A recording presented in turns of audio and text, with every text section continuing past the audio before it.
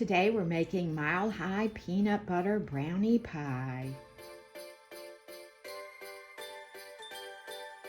Our pie is made in a 9-inch dish. I find you get better results using a metal pie plate when you're baking a chocolate pie. If you're using glass, that's fine. It just requires a little longer bake time. We're starting out with 1 cup of granulated sugar, and I'm tossing in 1/8 of a teaspoon of salt. And we need 6 tablespoons of cocoa, sifted unsweetened cocoa. Now I'm a huge fan of dark chocolate, so I substituted 2 tablespoons of special dark cocoa. And our last dry ingredient is 1 tablespoon of flour. Give that a good whisk until all your dry ingredients are well mixed. Make sure you get all your lumps out of your flour or your cocoa. We're adding 1/2 cup of cream. I'm using half and half. You could use heavy whipping cream, or you could also use evaporated milk. The milk needs to be at room temperature because we're pouring in melted butter. When you add melted butter, you want to make sure your milk is room temperature. Otherwise, that cold milk is going to just cause the butter to recongeal. So you may need to microwave that for 10 or 15 seconds to take the chill off. So in with our 1/2 cup of room temperature milk. And I have 2 tablespoons of melted butter. And we're adding 1 teaspoon of vanilla. Vanilla really accentuates that chocolate flavor in this pie.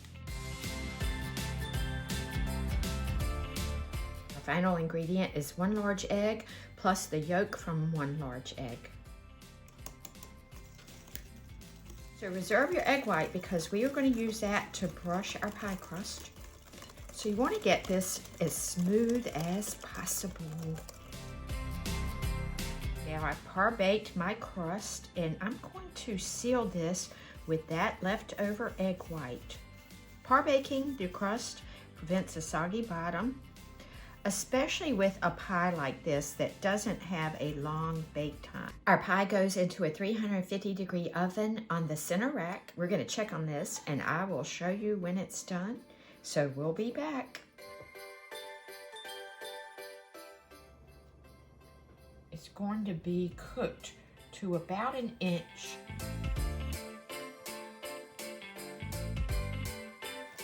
What really sets off this pie is the topping. Can't tell you how incredible this topping is. It is just so good on our brownie layer.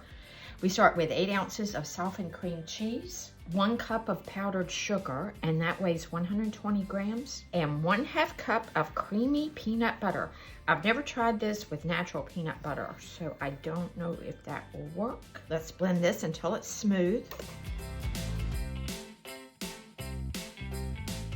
Once you get this very smooth, we are folding in an 8-ounce tub of whipped topping.